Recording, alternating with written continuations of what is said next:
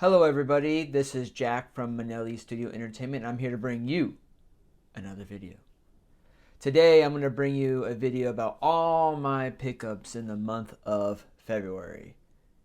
Yes, February is the shortest month of the year, but it doesn't stop us being consumers, right? So sit back and relax, grab a cup of coffee, because this is probably going to be a long one. Cheers. Still hot. But anyway, with that being said, this is going to be structured in what I got. So like what it is. So like first I'm going to start with video games. Then I'm going to go with comic books. And then I'm going to end with probably all your guys' favorite, the Blu-rays and 4Ks. So let's get started. First up is video games, and I picked up quite a bit of video games because a couple times of the year I have this strange idea that I'm gonna play video games, and I just buy them just to buy them. Hopefully I play them. I've learned my lesson, and I buy very cheap ones, so it doesn't really break my bank too much. Comment down below if you relate. So the games I picked up this month, I picked up 1, 2, 3, 4, 5, 6, 7, 8 games. I'm going to start off with my Ubisoft games. Yeah, I bought Ubisoft games. And that is Assassin's Creed Syndicate, Assassin's Creed Unity, Assassin's Creed Origins, Watch Dogs 2, and a PS5 game, Immortal Phoenix Rising. Yeah, no Far Cry. I wish I did get a Far Cry, get all the trinity of Ubisoft games, Assassin's Creed, Watch Dogs, and Far Cry. But yeah, I really got like this hankering for some Ubisoft games, specifically the Assassin's Creed, these old style Assassin's Creed games, the Unity and Syndicate, or that's Origins and Syndicate. That's the traditional era of Assassin's Creed, and there's the Origin, which is the start of the RPG era. And I played Odyssey, and I did like Odyssey quite a bit. So I saw these for a really great price at GameStop. So I decided to pick it up. Same thing with Immortal Phoenix Rising. It's a PS5 game for $7. Can't really beat that, I hear it's very similar to Odyssey, so it gotta be good, but a little more animated. And then Watch Dogs 2, I hear, is the best Watch Dogs. So yeah, I know Ubisoft got that formula, but I kind of like their games, right? I look at their Star Wars game Outlaw and the Avatar game, and those games look amazing in my opinion. And nowadays we look down on licensed games, and we put them, I don't know, maybe too high standards, right? A licensed game is a licensed game and a licensed game. And Star Wars is part of the reasons why we think that. Stuff like Knights of the Old Republic, the Battlefront series, all that stuff. All the great Star Wars games, the Jedi Outcast, Jedi Apprentice, all that good Star Wars games. So, yeah, it kind of set the bar, but I kind of miss all the old licensed games. Like all the, the Shreks and the SpongeBob, like all those games that used to come out all the time. The MCU, the first phase had some games like Iron Man, Iron Man 2, The Incredible Hulk, and Captain America and Thor. They all had games, but nothing else, no other games, because we as consumers have we upgraded. We deserve better, and we do deserve better, but that stuff was fun. That stuff was really, really fun. So, yeah, Ubisoft, these were cheap, so not too sad that I bought these. And again, they're probably good at least. I know Unity and Syndicate are frowned upon, especially Unity, but I also hear it's very good after all the patches. So I'm not gonna, complain like, oh, I bought this for $7 and the patches aren't there. It's gonna be patched. It's gonna be a better game than what people bought this for $60 for. So excited to play these. I'm playing through a game right now. When I finish it, maybe I'll put in one of these babies. I'm playing through Tales of Graces F. I'm in the the future story arc. So can't wait to play these one day. And then at Best Buy, I picked up Ghost of Tsushima and God of War Ragnarok. Again, these were on sale, and I picked them up right away. I was at a GameStop right before, and then I went to the Best Buy next door, and this game was, I think, $30.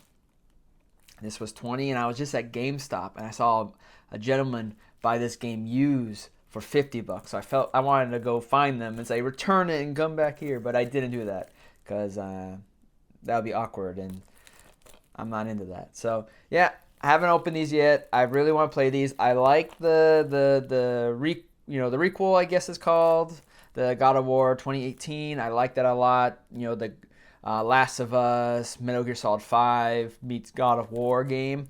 It was really cool. So I can't wait to see how it continues. And, Ghost of Tsushima. I love samurais. I love Japanese stuff if you watch this channel. So happy I saw this for a good deal. Happy I saw this. This may be the next thing I play. And last, and certainly not least, is Monster Hunter 4 Ultimate. I got this in a video game store in Orlando. And yeah, that's it. I was excited to find it. Got it for a good deal. I'm a noob to the Monster Hunter franchise. I'm playing through Ultimate Freedom Unite on the PSP right now, and I'm loving it, and can't wait to get to this one day. So yeah, there's my video game stuff. Again, I'm not an avid gamer, but I'm going to be playing some type of video game in my life. So yeah, I love video games. Next up is the comics. I'll show you the manga I bought first because I think I got more manga fans than American comic book fans. I picked up volumes 2 and 3 of Search and Destroy. It's a series released by, what is it called? What are they called? Fantagraphics. And it's a Japanese manga by, I can't say the guy's first name, but Kameko. He's part of that Rumpo Noir film anthology that Arrow Video released, I think, last year or so. He does one of the films in there. And Kameko is one of my favorite artists. I was looking for these books to find in the wild. I found these at a used bookstore in Orlando called Bright Light. As soon as I saw them, I knew I had to get them. I already own Volume 1 here. I bought this the week it came out. I love Kameko art. I think this is, I don't know. No, that's not okay. Because some of this stuff is not friendly. Okay, I can show you that. Look at that pinup. Right? That's basically that. Yeah, his style, Kameko style, is very much like a Charles Byrne American style. If you're my comic book heads. So Kameko is not really a mainstream artist. This is the only stuff that he has in America, so I'm definitely going to support it. When I went to Italy, I bought almost everything he's released there. Maybe I'll show that off one day. So I already own this series in Italian, so I bought it again in English because it's just so good. So Search and Destroy, I'm probably going to do a video about it, is a cyberpunk post-apocalyptic remake of the Osamu Tezuka story Doro, which was that it's like the original shonen manga, and some of you might know it from the Amazon TV show, which I think is on Crunchyroll now as well. But yeah, it's instead of like a samurai story, it's like this girl that has, robotic parts. And yeah, I haven't read all of it yet, but this is breathtaking stuff and so unique. It's a 3-volume series, very short. I know in Americans, we're very judgmental about manga. Like if it isn't 40 volumes, it's a failure. No, this is a 3-volume series, beginning, middle, and end. It's like an independent comic book. We need more mangas in the States like this. We need more Kameko stuff. He has some amazing books that we need. Years ago, and I think CPM tried to release, they released the first two volumes of, I forget the name, Pink Gun. I forget the beginning of it. And I read that series. I'm not gonna tell you how, but it was amazing. Just so many series. Soul, something Moon. Fly Me to the Moon. Take Me to the Moon. Or Wet Moon. 3-volume series. Amazing Lynchian noir manga. Like, amazing stuff. Evo, which is his newest series now, which I just look at my Italian manga and I just try to read the story with his artwork, because Kameko is very filmic in his page layouts and his paneling, and he really tries to tell the story with the pictures. So when I look at his comics that I can't understand, you can still know what's going on. You may not get the whole picture, but you can know what's going on. So that's one reason why I fell in love with him. Maybe I'll tell the story someday when I show off my Italian manga. But yeah, Search and Destroy volumes 2 and 3, must pickups. You gotta pick it up. Support great comic book art. Sticking with independent comic art, I don't know why I know why I bought this, and I won't tell you why. I can't tell you why yet. Maybe one day in the future you'll find out. But I had about $25 discount at my local comic book store, and I said, I'm gonna buy this. And that is Spawn Compendium 1, talking about independent comic books, right? This is the first 50 issues of Todd McFarlane's Spawn. Guys, I know what I was drinking when I was doing it, but this is I feel it's a love or hate it book. And I read the first 6 issues of this prior to this. I actually like last year sometime. And I was not a fan. I thought it was ridiculous. And then I saw the Spawn film late last year, and again, I thought it was ridiculous. Why did I pick this up? You'll find out one day. But I'll tell you right now, I don't love Todd McFarlane's storytelling. Like visual panels, like I was talking about Kameko, visual panels are phenomenal. Todd McFarlane does really cool stuff. For better or for worse. For better or for worse, it's really cool. It looks really cool. And once Greg Capullo goes on, it's like I might like that a little better. But like I when I look at the Todd McFarlane stuff, it looks really cool.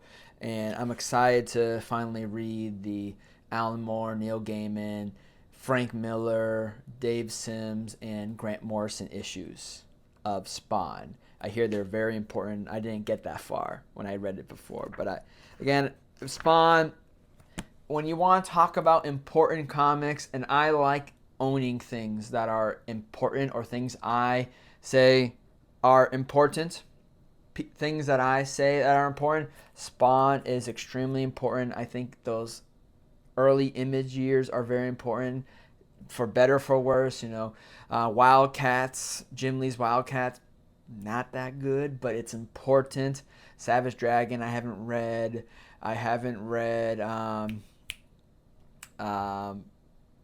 The Shadow Hawk, or I think it is a Shadow Hawk. I don't remember. Fred Valentino's story, Shadow Hawk, I think. Yeah, I haven't read it, but I think all those Image books are important, and Spawn is the most important. It's still going on today. Savage Dragon is still going on today, but it's kind of a different thing, right? It's not really the same. Like, it's the same guy. Eric Larson's doing it, but it's not the same thing, right? It's not. The people who are reading Savage Dragon, well, maybe the people because they've grown up with it, but like, if you give a kid Savage Dragon 1 or Savage Dragon, whatever they're on, it's not the same thing. Spawn's pretty consistent. Gothic, horror moping guy, right? Homeless king. Excited to read it. Next up, I got another book I can't really talk too much about because I got a YouTube project working on with this, and that is the Mighty Thor. It's not really mighty, just regular Thor. Marvel Epic, Modern Epic Volume 1. This covers the first 12 issues of the JMS run plus, well, first 13 issues, so 1 to 12, and then 600, and then 2 issues on Fantastic Four, which is a prequel to JMS's Thor, JMS, J. Michael Straczynski. Sorry, I can't say your name right. I have met the man before. He's very tall. I am working on a YouTube project, and I needed this book. This is kind of the stuff I was getting into when I started reading comics. So that's one reason why I love these modern epics. So if you don't know, Marvel Comics have this epic line, and they used to have an old epic line back in the 80s and 90s. This is a different. This is collecting runs or years of books. So this is a modern, and just let this sink in. 2006 to 2009 is modern.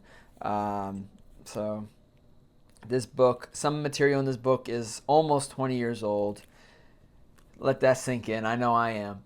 And yeah, I love it. I got a good number of epics. This is my first modern epic, and it's Thor, JMS. He kind of reinvented the character. The character was dead, and then he came back, here, and it's him dealing with, say, the post Marvel Civil War. So Tony and Captain America, Tony being Iron Man, Steve Rogers, they had their own war. You guys seen the film, but the comic was a little different than the movie because Iron Man, Tony Stark, had a clone of Thor.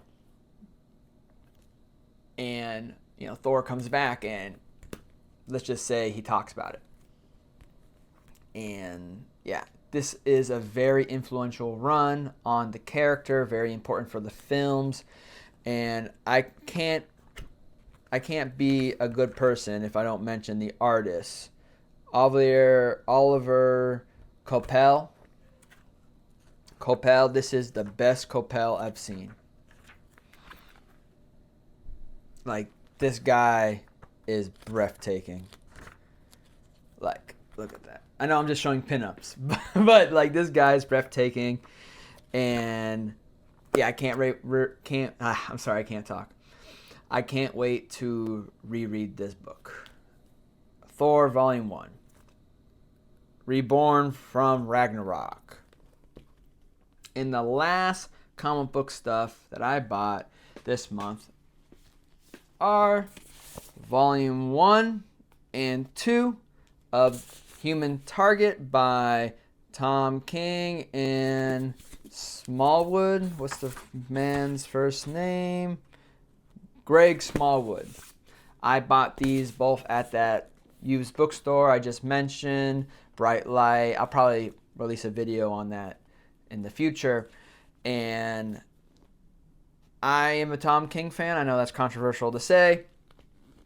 And I haven't read The Human Target. It's supposed to be very good. But really, when I saw this in the store, not because they were pretty cheap, I love how these hardcovers feel.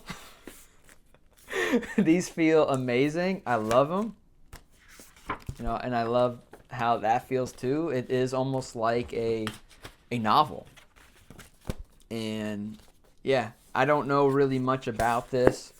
I think it won an Eisner. And if you don't know what an Eisner is a comic book award that's equivalent to like the Oscars. Tom King has won quite a bit of them. So this is about a guy, the Human Target, and he takes the identity, or he's hired to take the identity of Lex Luthor because someone's trying to kill Lex Luthor, and now he's gonna die. He's got 12 days to left, and every issue opens up. I hope this doesn't get me flagged with a calendar, and like it goes down, and See? And as you can tell, Smallwood's artwork is... Wait, is that... that may not be good. Is amazing, along with the art, along with the colorist. Who's the colorist?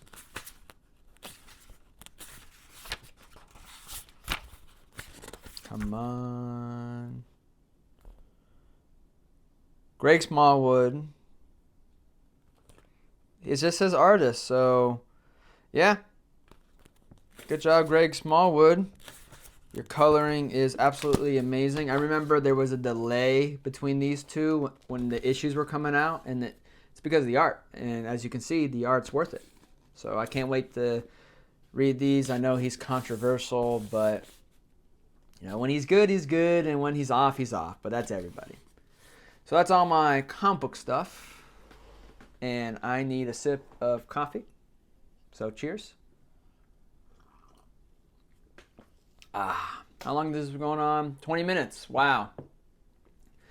So I'm dating it right now. If it's shorter than 20 minutes right now, that means I've edited quite a bit out. So before I go on to the next part, I want to say thank you for watching. Like I said before, my name's Jack from Minnelli Studio Entertainment. I talk about movies, comic books, video games, anime, a bunch of stuff. And if you like this video, if you like this rambling and babbling, please think about subscribing and hitting that thumbs up. I really appreciate it. I love having conversations. And comment below what you picked up this month of February. I highly appreciate it. Thank you so much for watching, and let's continue the video. So now, the moment everyone's been waiting for, because most people are here because of my film content, and that is what films did I pick up. And I picked up quite a bit, and I wasn't gonna after Arrow's sale last month. And if you haven't checked out that video, I made several of them, and they're all very good videos. And I did pick up some Kino films, and I decided not to do the Kino hunting videos because I just went to the same stores that I went to when I picked up the Arrow. So it would have been the same videos again, and I don't want to repeat stuff. I'm like, oh, look at this. How many times can I say this one joke? I'm going to say a joke as many times as I can. But I didn't feel like it was right. So I did pick up some Kino stuff. I'm going to save that to the very end. So if you want to watch the Kino stuff, scrub through the timeline and you'll find it. But first, I'm going to show you the stuff I picked up at a couple used bookstore. I picked up 4 films from a local used bookstore. I picked up Immortals, that's Henry Cavill. Skycrawlers, it's from the same people of Ghost in the Shell. Frank Miller's The Spirit, and House of the Flying Daggers, which is a Chinese film. Not a lot to say. I did a whole video on Frank Miller. This is one of the only things I don't really own of his, so I really needed it. House of Flying Daggers is a beautiful film. Same director as Hero. If you've seen that Jet Li film, I absolutely love Hero. I like this film too. Not as much as Hero, but it's pretty good. It's more of a, well, they're all romantic, I believe, right? And Skycrawlers, I actually know not that much about it, but it's Mamoru Oshii. Can't be too bad. In Immortals, this is, I think it's the same director as The Fall. And I saw this in theaters all those years ago. And so it's the first time I saw Henry Cavill before Superman. And I remember watching it. And it's rated R, but I believe. And I was like, wow, this is a rated R movie. And it had no curse words. It was just violent. That was my takeaway when I was like 17 or 16 when I watched this film. So maybe I'll do a review and maybe I feel a little different. But yeah, not a lot to say there. This next batch I got from that used bookstore in Orlando, Bright Light. Again, Bright Light is my favorite used bookstore, favorite store in basically all of Florida. I don't care what type of store. It sells films, it sells video games, it sells comic books, and it sells books. And it's all really great price. So if you're in the Orlando area, go to the Bright Light bookstore. So yeah, I picked up a bunch of stuff there. I'll show you some stuff and I'll show you some other. It's very themed. So first I got the Stallone film Cobra. If you watched my Arrow video, I think the first episode, I made a comment about Cobra. I called it a, I basically said a Dirty Harry ripoff, which it probably is. And I wasn't gonna, some people commented, some people were offended, some people were jokingly offended. So I saw this for a good deal. It's the Scream Factory release. So, it's a boutique label, and it was like $6. So can't really beat that price. Mad Max. I love this film. Revenge film. Mel Gibson. George Miller. This is just a great film. I own Road Warrior, and I own Fury Road. So I don't really like Thunderdome. So this was the only one I was missing that I liked. I love this film. I like this cover, right? It's a pretty cool cover. And yeah, this is not, like, if you've never seen the original Mad Max, it's really not what you think. It's not like, say, the Road Warrior. When you think of Mad Max, you think of the Road Warrior. You don't think of this. This is very different. It's still post-apocalyptic, but it's not like pure desert. It's not, it's not Fist of the North Star stuff, right? It's not. So watch this. It's a very good movie. George Miller, very great director. Australian films. We need to keep that alive. Yeah. And finally, I found Apocalypto. Mel Gibson. I've never seen it. I know stuff about it. I can't wait to watch it. Mel Gibson. I bought 2 Mel Gibson films. A controversial figure. I don't really want to say too much right now, but I think Mel Gibson was an excellent director. Braveheart is one of my favorite movies of all time. So I'm looking forward to this. Next, I got a bunch of MCU films, which I can't talk too much about. Iron Man. I was very excited about this one, Incredible Hulk. Very hard to find where I'm at. Iron Man 2. Thor. Captain America, the First Avenger. So essentially the 5 main Phase One films. I already own Avengers, and Guardians 3, which is a Phase 2 film. I have complex feelings on the MCU. First of all, I have complex feelings on these cover art. That was not that bad, but these are not good. Right, I don't like these. But the other versions of this, they didn't look good, so I just bought these. They were very inexpensive. I have mixed feelings about MCU. Besides Phase 1, I absolutely love Phase 1. It's part of my adolescence. Maybe not my adolescence, but me coming of age. I was like 13, 14 years old when I saw Iron Man 1 in the theaters. Changed my life. And I love it. And then, 2 months later, Dark Knight came out, and that's all she wrote, right? But I deeply love these films. When these films came out, it was an event, and then that event came to a climax with the Avengers. And that was, again, another really important experience. It was the first time I ever bought a ticket online.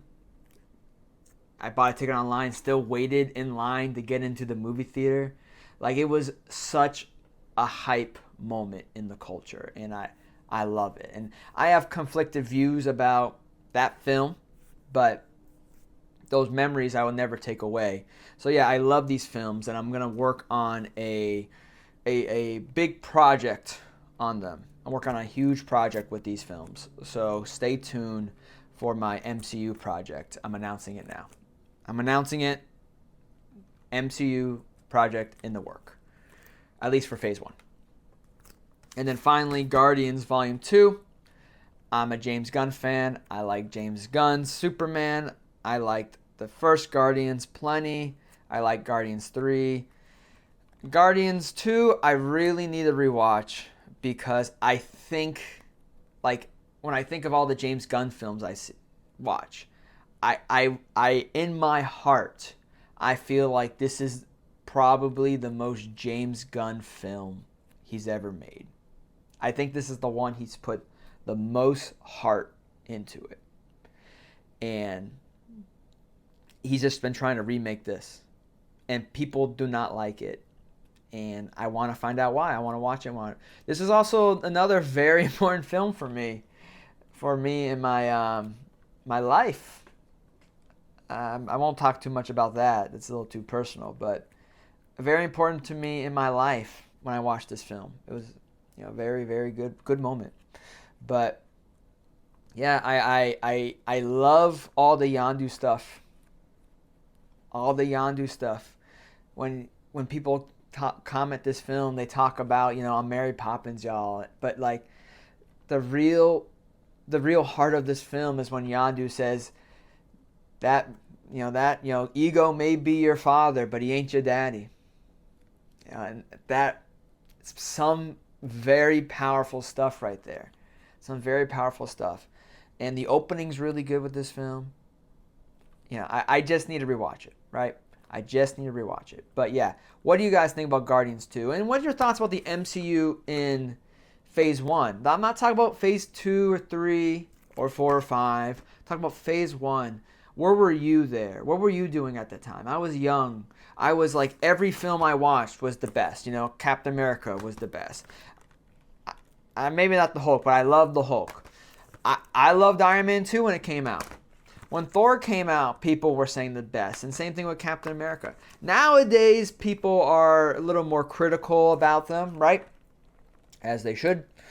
But back in the day when this wasn't the norm, when this was becoming the norm, we had the superhero movies prior, right? We had Ghost Rider, Daredevil, Elektra, the Fantastic Four, the X-Men, Spider-Man, Punisher. I know it sounds like a lot. And then, of course, Batman Begins, and Smallville was on TV. Birds of Prey was a failed television show. We had superhero stuff, right? It was there. When people say we didn't have any live action, right? So, obviously, Batman, the animated series, we had Justice League, we had Batman Beyond, The Batman. We had stuff. Like people act like there was nothing. There was stuff. It was a lot of good stuff. And this is the best stuff, but we had stuff, right?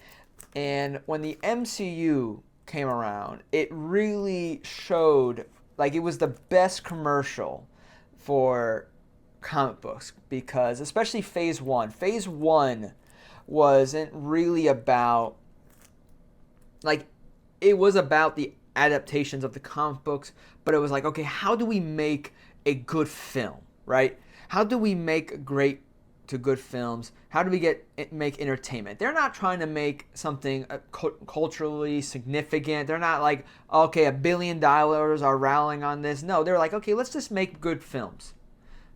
And that's what Phase 1 really had. And they weren't really worry about anything else. Even though they were building to something. You can still watch Iron Man 1 by itself, obviously. You can watch The Incredible Hulk by itself. You can't watch Iron Man 2 by itself. But you can watch Thor and you can watch Captain America. But what they did was so beautiful is they added some sauce at like in the cracks of the thing, right? When you have Nick Fury in Iron Man, when you have Tony Stark in Thor and Hulk, when you have the Thor hammer in Iron Man 2 with Coulson, when you have the hammer, and then when you have Finding Captain America. All this beautiful stuff, and Captain America leads beautifully into Avengers. It's really a 6 films chapter, right? It's beautiful. It's beautiful, and they really never captured that again. They tried. They kind of got close, but I feel like those first 6. I'm not saying they're the best 6, right? I'm not saying these, maybe Iron Man 1, but like, Incredible Hulk, Iron Man 2, Thor, Captain America, even Avengers. I don't think they're the best, but again, I think they're the best in case of like cohesive storytelling. It's 6 films instead of 12, right? yeah, I love it. I'm going to be making videos soon. Before I get to the Kino films, I got one Arrow. I shouldn't have got it. I should have bought like a Radiance or something, but I got this instead because I love this film so much, and I was so happy when I saw it was getting a reprint. It was 30% off. Plus, I got a $5 coupon at Barnes & Noble. True Romance. I don't know what I need to say. The pinnacle, maybe not the pinnacle, but really good Tony Scott, really good Tarantino, Christian Slater at his finest. What, you like Broken Arrow or Heather's better? Nah, this is the best. This is the best, and I will definitely review this film in the near future. I think that's it. Yeah, I think that's it. So time for the Kino stuff. So if you're here for the Kino Lorber stuff, come to this point right now. Okay, so this month I picked up several Kino films, and I'm happy for it. First up, I will show you Billy Madison, Happy Gilmore, Adam Sandler. I freaking love these films. I'm going to do a review on these films right after I'm done filming this video, so you'll see those in the near future. I'm going to film a video at the same time because like you, like me, and like Adam Sandler, these films are connected. You know, this is Happy Madison right here, right? There's no Happy Madison without Billy and Happy, okay? I love these films. I'll talk about them soon. Very fun. And you haven't seen it yet, but I made a video on Uncut Gems. Maybe it will be out before I release this, but I already edited it. It's on my YouTube. I just need to publish it. Next, I got Narrow Margins, which is a Peter Hynes film. If you recall, last month I picked up Outland, and I watched Outland. I loved it. Gonna do a review on it soon. And this is also Peter Hynes. And yeah, Gene Hackman, can't really go wrong. Can't wait to watch it. Night of the Juggler. This is Josh Brolin's daddy. It was James Brolin. Can't wait to watch this. This film has like a, I don't know, like a noir Coen Brothers vibe to it. I don't know. Looks really good. Can't wait to watch it. I don't know if I'm going to have a lot to say on these films, but I can't wait to watch it. It looks really good. Look at that cover. I wanted to get this last year. I just didn't pull the trigger, and, this year I did. So, yeah, can't wait. Night of the Juggler. I'm going to watch this one soon. Save that one last because I probably have at least something to say about that.